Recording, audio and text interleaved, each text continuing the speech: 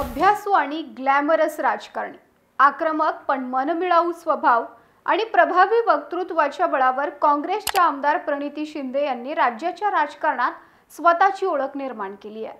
माजी केंद्रीय गृहमंत्री आणि माजी मुख्यमंत्री सुशीलकुमार शिंदे यांची कन्या म्हणून राजकारणात आलेल्या प्रणिती यांनी राजकारणात आपला स्वतंत्र ठसा उमटवलाय।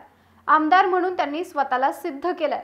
आता त्यांना सोलापूर लोकसभा मतदारसंघातून लोकसभेची उमेदवारी देण्यात आली आहे। याच अनुषंगाने सलग 3 टर्म आमदार राहिलेल्या प्रणिती शिंदेंच्या राजकीय कारकिर्दीविषयी आपल्या महाराष्ट्राच्या फायर ब्रँड नेत्या या विशेष सत्रात जाणून घेऊयात।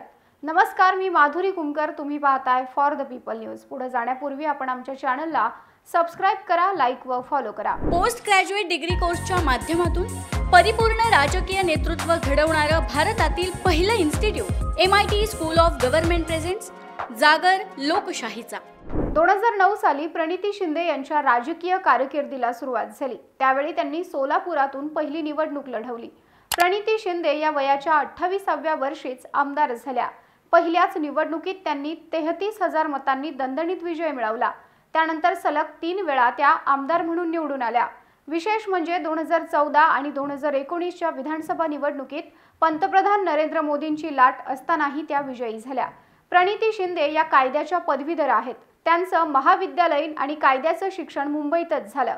त्यांनी 2001 मध्ये मुंबईच्या सेंट झेवियर्स कॉलेजमधून कला शाखेची पदवी घेतली। त्यानंतर 2004 मध्ये मुंबईच्या शासकीय विधी महाविद्यालयातून LLB ची पदवी घेतली। हुशार आणि अभ्यासू विद्यार्थिनी म्हणून त्या महाविद्यालयात प्रसिद्ध होत्या। प्रणिती यांच्यावर बालपणापासून राजकारणाचे संस्कार झाले। वडील काँग्रेसचे ज्येष्ठ नेते, माजी केंद्रीय गृहमंत्री, महाराष्ट्राचे माजी मुख्यमंत्री सुशीलकुमार शिंदे यांच्याकडूनच त्यांना राजकारणाचे धडे मिळाले। घरी राजकीय मंडळींच्या रंगणाऱ्या गप्पा, चर्चा या वातावरणातूनच त्यांना राजकारणाचं बाळकडू मिळालं। त्यातूनच त्यांची जडणघडण झाली।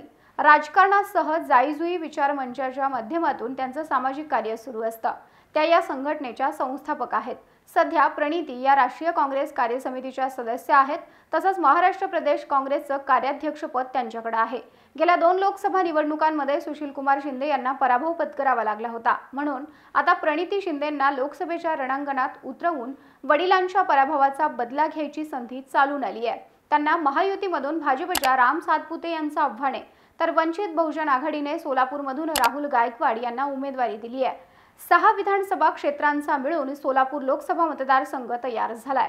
यामध्ये मोहोळ, सोलापूर शहर उत्तर, सोलापूर शहर मध्य, सोलापूर दक्षिण, अक्कलकोट आणि पंढरपूर हे 6 विधानसभा मतदारसंघ सोलापूर लोकसभेत येतात। या 6 पैकी अक्कलकोट, सोलापूर दक्षिण, सोलापूर उत्तर, पंढरपूर या 4 मतदारसंघात भाजपचे आमदार आहेत। मोहोळ विधानसभा मतदारसंघाचे आमदार यशवंत माने अजित पवार यांच्या सोबत आहेत आणि सोलापूर शहर मध्ये प्रणिती शिंदे या स्वतः आमदार आहेत। त्यामुळे संघटना खिळखिळी झालेली असताना, मतदारसंघात एकही आमदार साथीला नसताना एकट्या प्रणिती शिंदेंना खिंड लढवावी लागते। तर भाजप उमेदवाराच्या दिमतीला पदाधिकाऱ्यांचं जाळं आणि मातब्बर नेतात। सोलापुरात काँग्रेस राष्ट्रवादीची पिछेहाट करून भाजपने वर्चस्व मिळवलंय। त्याच बळावर राम सातपुतेंनी दिल्ली गाठण्याची तयारी केली आहे आणि म्हणून प्रणिती शिंदे यांच्यासाठी ही लोकसभा निवडणूक आव्हानात्मक आहे। पण त्यांच्या जमेच्या बाजू पाहता जाईजुई विचार मंचाच्या माध्यमातून त्यांचा शहरी आणि ग्रामीण भागात चांगला संपर्क आहे। सामाजिक कार्यातील सक्रिय सहभागामुळे त्यांचा जनसंपर्क चांगला आहे। धाडसी निर्णय क्षमता असल्याने जनतेमध्ये त्यांच्याबद्दल एक प्रकारची क्रेज निर्माण झाली आहे। शिवाय घरातूनच राजकारणाचे धडे मिळाले असल्याने त्यांच्या जनसंपर्काच्या कक्षा अधिकच रुंदावल्या आहेत। मतदारसंघातील छोटे मोठे कार्यक्रम, शिबिरं, उद्घाटन समारंभ अशा कार्यक्रमाला प्रणिती शिंदे यांची उपस्थिती असल्याने जनतेमध्ये आपुलकीची भावना सुद्धा आहे। वडील सुशीलकुमार शिंदे यांच्या राजकीय अनुभवामुळे आणि संपर्कामुळे आपसुकच प्रणिती शिंदे यांचा जनसंपर्क प्रभावी असल्याचं दिसून येतं। त्या स्वतः उच्च शिक्षित असल्याने सोशल मीडियाचा वापर आणि त्याचे होणारे फायदे याबद्दल त्या अधिक जागरूक आहेत। त्या सातत्याने आपली भूमिका ट्विटर, इंस्टाग्राम, फेसबुक यावर अपडेट करत असतात।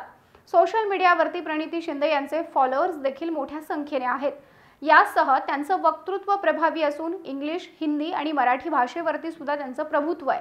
त्यामुळे लोकसभेत सोलापूरचं प्रतिनिधित्व करण्यासाठी या त्यांच्या जमेच्या बाजू आहेत। सुशीलकुमार शिंदे या नावाचं वलय देखील त्यांच्यासाठी एक प्लस पॉइंट आहे।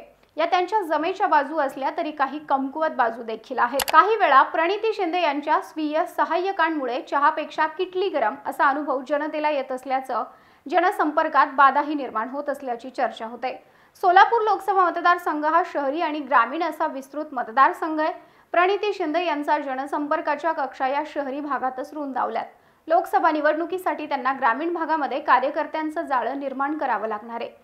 भेटीगाठी वाढवून ग्रामीण भागातील जनसंपर्क अधिक वाढवणं गरजेचं आहे। लोकसभा निवडणूक लढवण्यासाठी पक्षातील सर्व पदाधिकाऱ्यांसोबत सलोख्याचे संबंध असणं गरजेचं आहे। ही उणीव प्रणिती शिंदे यांच्याकडे दिसून येत असल्याच्या चर्चा होत असतात। एकूणच प्रणिती यांच्या सगळ्या राजकीय बाजू पाहता 2009 पासून ते आत्तापर्यंत त्यांच्या यशाचा आलेख चढता दिसून आलाय। आता लोकसभेला काय होतं, हा आलेख वर जातो की घसरतो हे निवडणुकीच्या निकालामधून स्पष्ट होईल। तुम्हाला प्रणिती शिंदे यांच्या राजकीय कारकिर्दीविषयी काय वाटतं? तुमचं मत कमेंट बॉक्समध्ये कळवा। व्हिडिओ आवडला असेल तर जरूर लाईक करा आणि अशाच आणखी नवनवीन व्हिडिओसाठी फॉर द पीपल न्यूजला सबस्क्राईब करायला विसरू नका।